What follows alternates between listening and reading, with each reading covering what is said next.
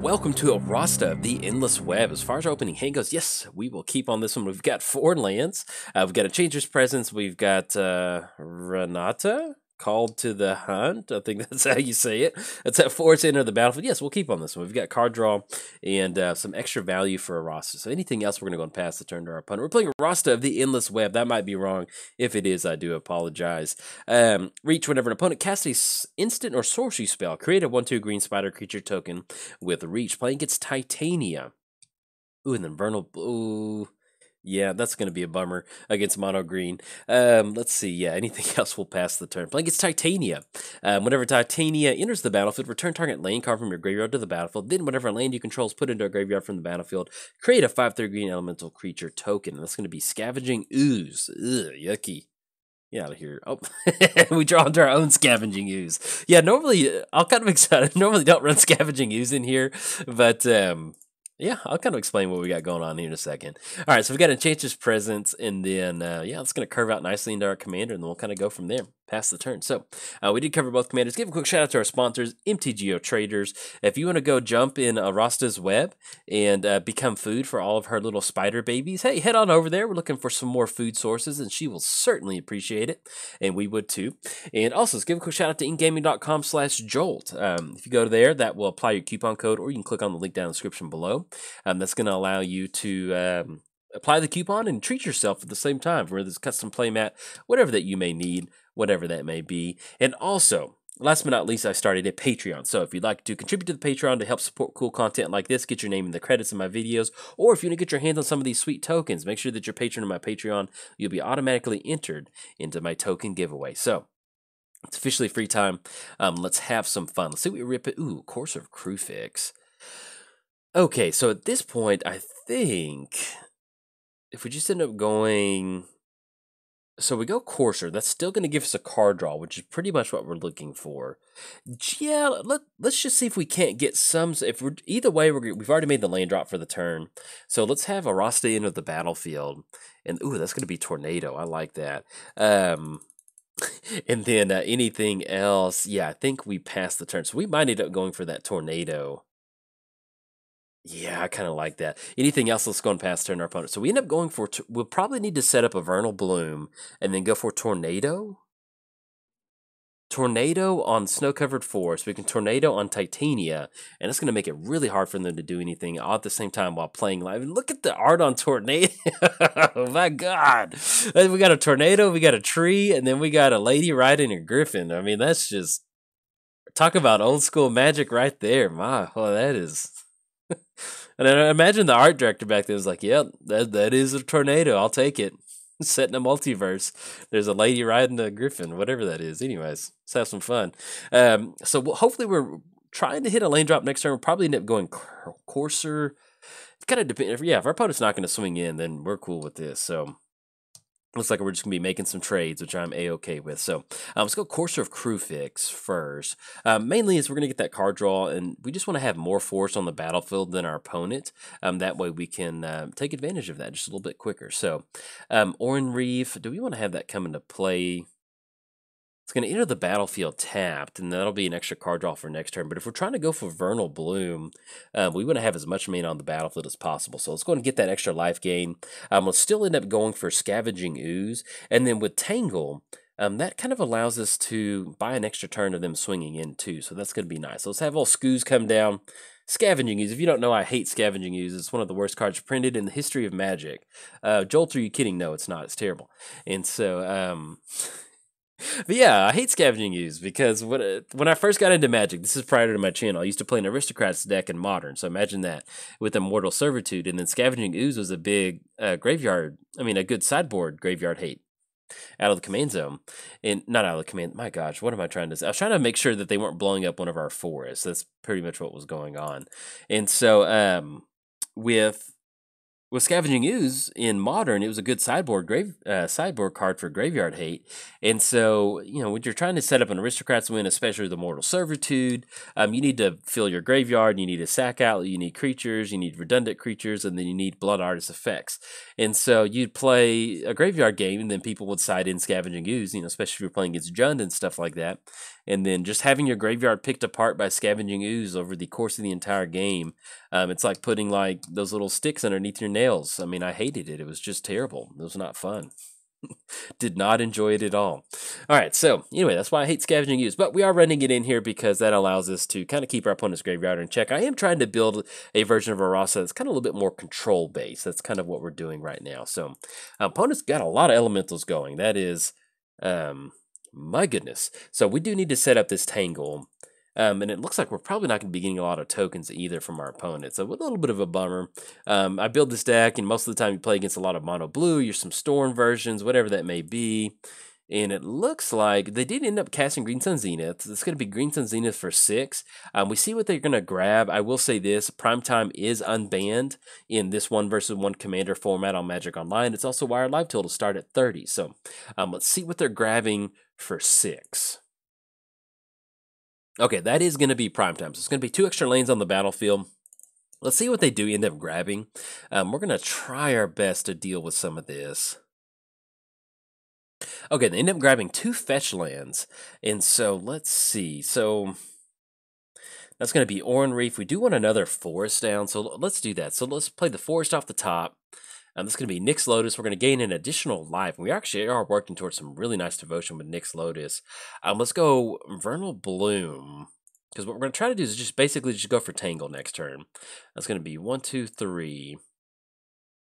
Be able to cash in a card draw. We're going to draw into that. Oh, excuse me, guys touches. I was like, what is Vernal Bloom doing on the top of our library? That does give us 1, 2, 3, 4 total mana at this point right now. But if we're going for Tangle, I think our best bet at this point right now is just to tap down the creatures. And then, yeah, because we got Primetime swinging across it. Yeah, Tangle's going to prevent all combat damage. We could go for Nyx Lotus, but I just don't know.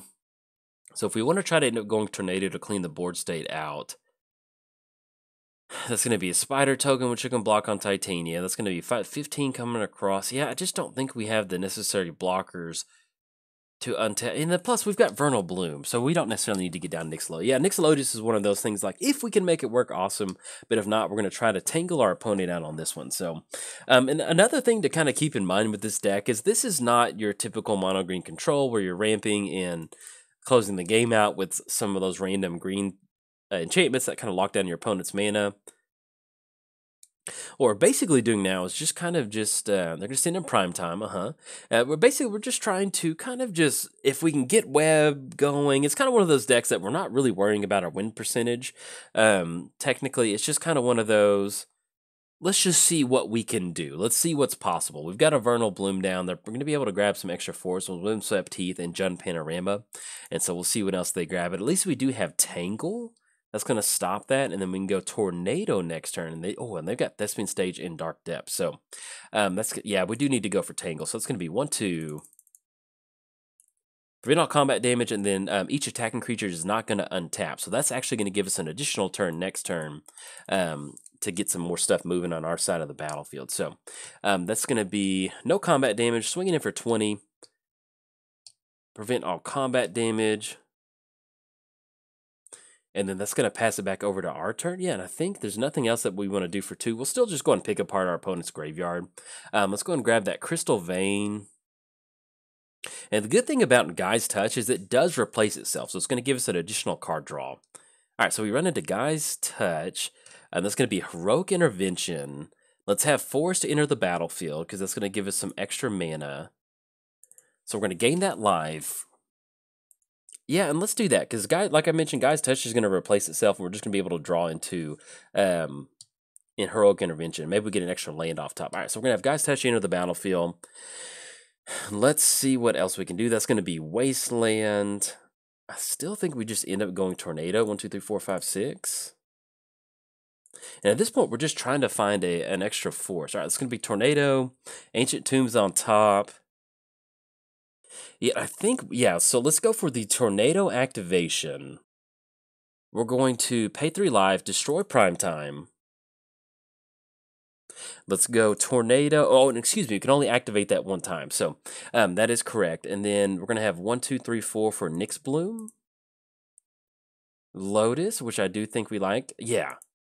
And the main reason we did that is we just wanted to get rid of that. We just wanted to keep Primetime off the battlefield. Titania, we can kind of work that out next turn, and that keeps us open on Heroic Intervention. Okay, there we go. Anything else, we will pass the turn. So we get a few more forests. We'll probably end up scoozing before something happens. At least we do have the option to do that. So anything else, just going to pass it back over there. So we've got a ton of mana with Nyx Lotus.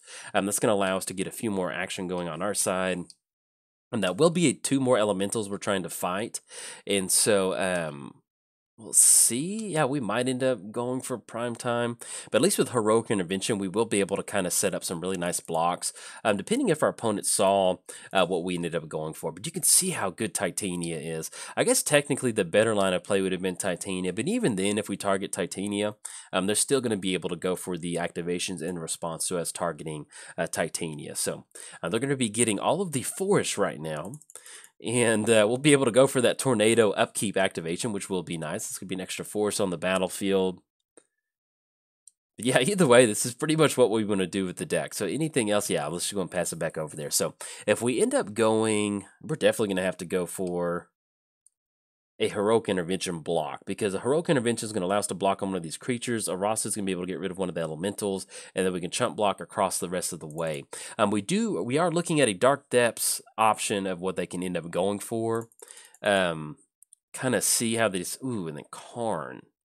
Okay, so let's see what they end up going for with Karn.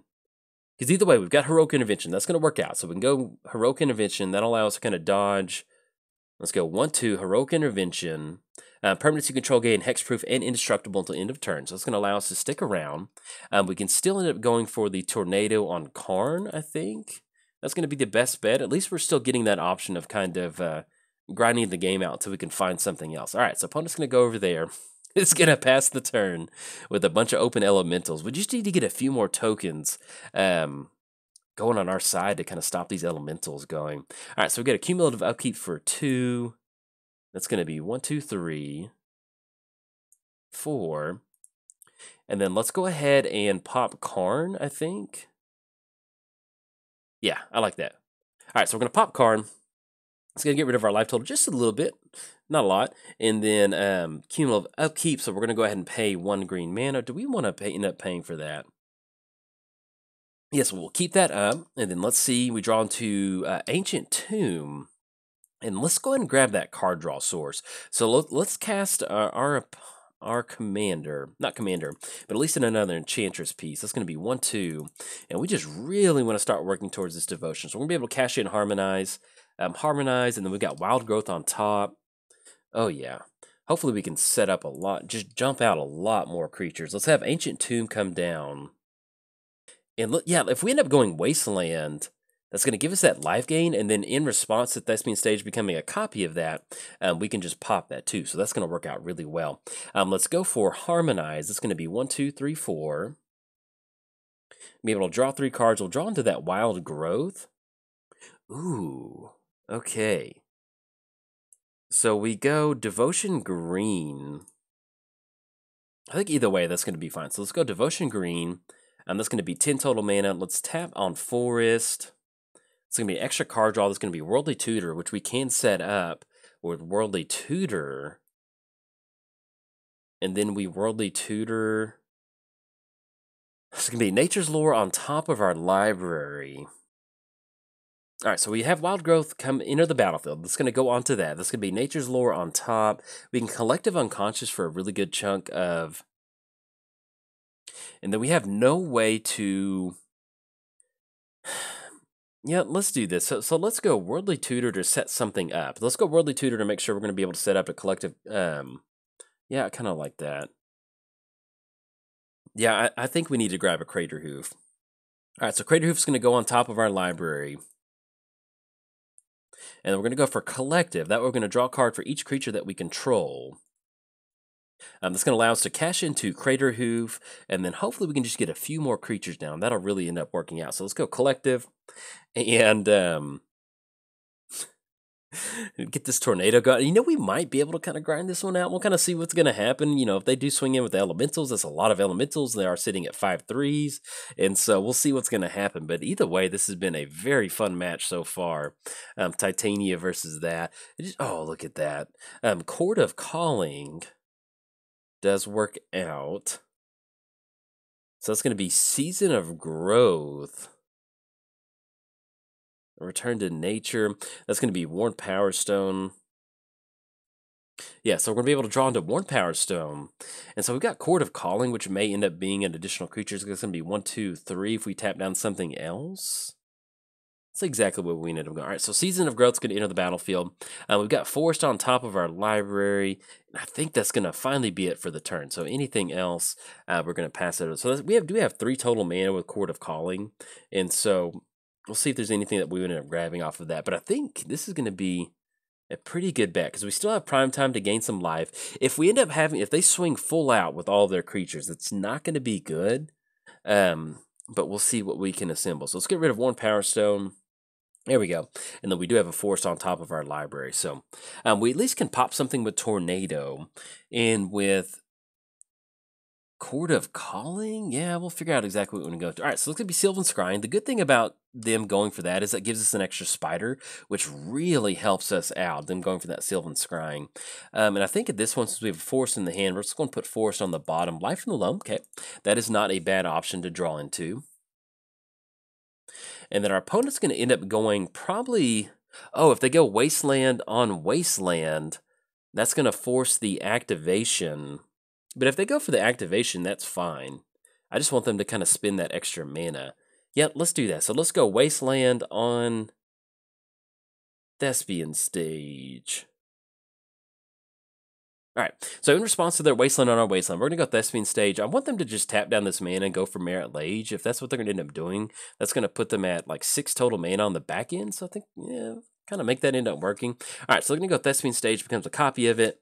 And so, yeah, that was a good play by them going for that Sylvan Scrying to find a Wasteland, because that forced us to get rid of that. It's going to be an extra 5/3. And we'll probably just let this Tornado counter just go on through on the back end. So they're going to get the Merit Lage. Oh, look at this. You can see this token on the battlefield. Oh, look, there we are. Get a few extra, and let's go and always yield to that, and always yield to Titania. And that's going to click OK on Wasteland. So let's see what... If they swing in, I think we're still okay, because we can take up to...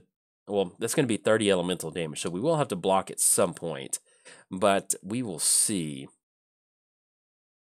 Okay, so they are swinging it with 6. I think. So we do it, yeah, with a Tornado counter. So if we block on 2, that's still going to end up being 20 damage. That puts us down to 2. Yeah, I think we're okay with that. All right, so let's go for... We can go for a little bit of life gain with Prime Time. Yeah, I think that's going to be good. So we go life gain. And we'll get rid of Prime Time. And there's no other creatures in our graveyard that we can go for, unfortunately. So let's go ahead and grab Dark Depths and Thespian Stage 2. That's something that we do want to watch out for. And the good thing is, Dryad Arbor, that will be a creature for next turn that will set us up for Crater Hoof. So that will end up working out. So let's go Scavenging Ooze on that Titan just to gain some life. We're still going to Scooze away Dark Depths and Thespian Stage. And then if that's all the play that they have, swinging with Elementals, they're not swinging with the entire crew, I'm hoping that we're going to be able to close it out. So Prime Time gets exiled. We go to 23. Let's go and exile Thespian Stage, and we're going to go and exile Dark Depths too. Okay, so Thespian Stage entered the exile zone, and we'll just use that last little green bit of mana to exile Dark Depths. There we go. And get rid of that. And then at this point, we just need to block on 2 of them. So our best bet is to definitely block with the Spider token. And then I think... Let's see. So that's going to be 6 times 5. That's going to be 30. That's going to be 25. So we do have to block all the way across. So I guess we'll just end up going, that last creature is going to be our last little spider token. So that's going to be 20 points of damage coming across. That's going to put us down to 3. Then we've got Dryad Arbor next turn. 5 creatures. We might be able to close it out. We'll kind of see. We've still got Court of Calling too that we can tap out for. So we'll see what we're going to be able to assemble. But at least it's looking pretty good with Crater Hoof. We're going to keep our fingers crossed.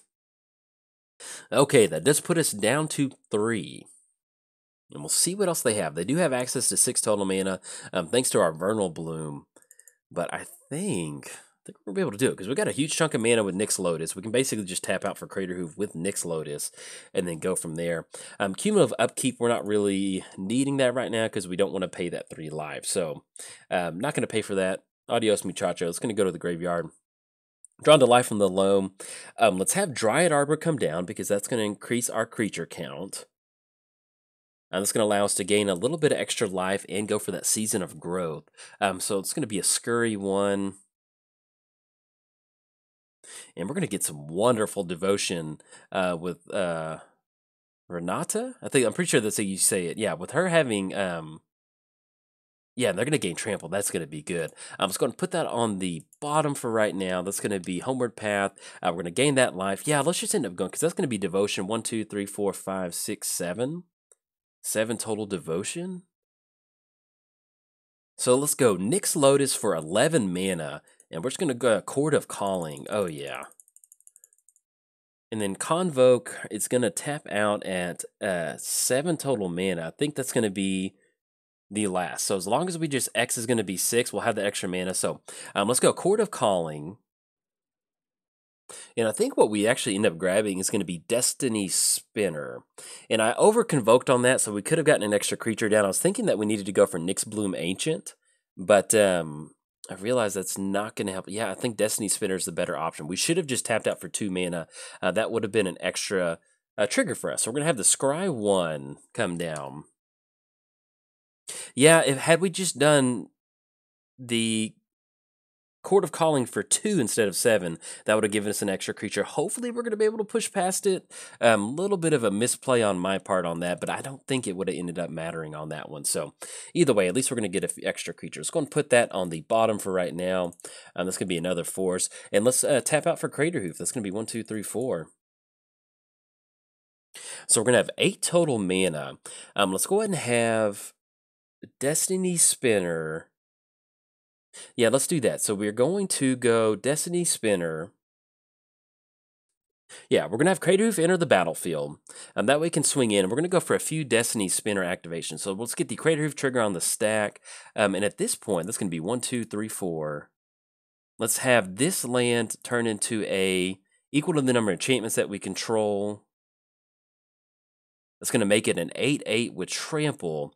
And is there, we can do another creature. That's really going to kind of pump it up, but I think just having that 8/8 Trample is going to make a huge difference. That's just be an extra creature across the board. Yeah, it's going to have haste either way, so we like that. Yeah, we could have gotten in an extra creature had I not done that for 7 for Court of Calling. What I was going to grab is Nyx Bloom Ancient to give us a ton of mana, and then I just realized I'm like, that's not exactly what we need to be doing. And then I totally forgot that Destiny Spinner can turn into additional land. But with this Crater Hoof trigger, I think that's gonna be game. We'll kind of see what's gonna happen.